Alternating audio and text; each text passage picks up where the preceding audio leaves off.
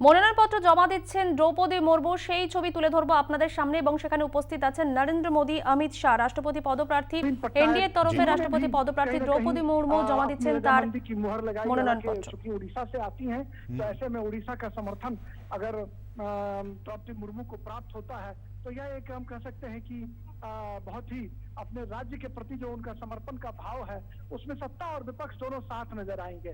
तो इसलिए भी इसे याद किया जाएगा और समाज के हाशिए पर पड़े लोगों को, हालांकि महिला राष्ट्रपति देश को पहले भी प्रतिभा पाटिल के रूप में मिल चुका है, लेकिन ट्राइबल महिला अगर ये चुनाव जीतकर पहुंचती है राष्ट्रपति भवन रायसीना हिल्स पर तो कहीं ना कहीं एक बड़ी कामयाबी का दिन होगा कि जो समाज का अंतिम तबका है, जिसको प्रधानमंत्री नरेंद्र मोदी अपने पहले उद्बोधन के दौरान इसको स्पष्ट कर चुके हैं कि हमारी सरकार गरीबों की सरकार है, समाज के हाशिए पर पड़े लोगों की सरकार है।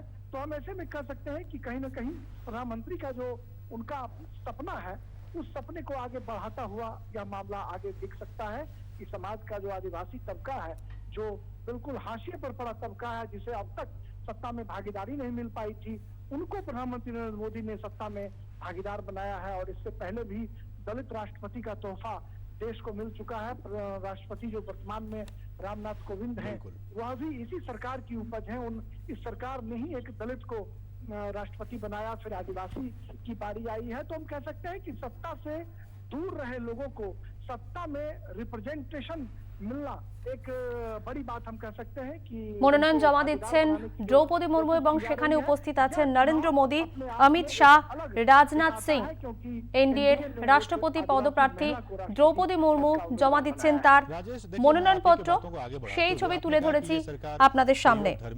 রামনাথ কোবিন্দের পর ভারতের পরবর্তী রাষ্ট্রপতি কে হবে সেই নিয়েই তীব্র জল্পনা চলছিল। তারপরে দ্রৌপদী মুর্মুর নাম ঘোষণা করা হয় এনডিএর তরফে। দ্রৌপদী মুর্মু তাকে ইতিমধ্যে জেড ক্যাটাগরি নিরাপত্তা দেওয়া হয়েছে।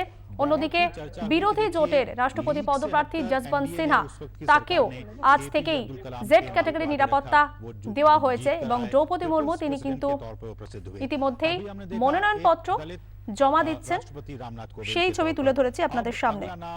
द्रौपदी मुर्मू के नाम पर है, एक आदिवासी समाज से आती हैं, ऐसे प्रयोग करते रहना और इस बात की चर्चा দ্রৌপদী মুর্মু 1958 সালে 20 জুন ওড়িশার ময়ূরভঞ্জ জেলার বাইদাপুশি গ্রামে জন্মগ্রহণ করেন এবং ঝাড়খণ্ডে রাজ্যপাল হিসেবে তিনি নিযুক্ত ছিলেন। তিনি ঝাড়খণ্ডের প্রথম রাজ্যপাল যিনি 5 বছরের কার্যকালের মেয়াদ পূরণ করতে পেরেছিলেন। দ্রৌপদী মুর্মু ওড়িশার প্রাক্তন মন্ত্রী ছিলেন এবং 2000 সাল থেকে 2004 সাল পর্যন্ত রায়রাংপুর বিধানসভা কেন্দ্রের বিধায়ক ছিলেন। 2000 এবং 2004 সালে তিনি বিজেডি এবং বিজেপির জোট সরকার থাকাকালীন মন্ত্রী হয়েছিলেন। পরিবহন, পশুপালন এবং মৎস্য দপ্তরের মতো গুরুত্বপূর্ণ দায়িত্ব ছিল তার হাতে। যদি নির্বাচনে জয়ী হন সেক্ষেত্রে তিনি দেশের প্রথম আদিবাসী রাষ্ট্রপতি হতে চলেছেন। আজ তিনি মনোনয়নপত্র জমা দিচ্ছেন। देखिए, बिल्कुल आपने सही कहा। इससे पहले भी जब अटल बिहारी वाजपेयी के नेतृत्व में एनडीए की सरकार बनी थी, उस वक्त भी एपीजे अब्दुल कलाम को राष्ट्रपति पद का तोहफा दिया गया था। एक अल्पसंख्यक को राष्ट्रपति भारतीय जनता पार्टी और एनडीए की सरकार ने पहले ही बनाया था। उससे भी ज्यादा महत्वपूर्ण ये था कि उन्होंने क्वालिटी को, गुणवत्ता को प्रमुखता दी थी। एपीजे अब्दुल कलाम देश के महान वैज्ञानिक थे और एक वैज्ञानिक होने के साथ साथ समाज के वो भी मार्जिनल सेक्शन से आने वाले लोग थे, उसको भारतीय जनता पार्टी ने कहीं ना कहीं रिप्रेजेंटेशन देने का काम किया।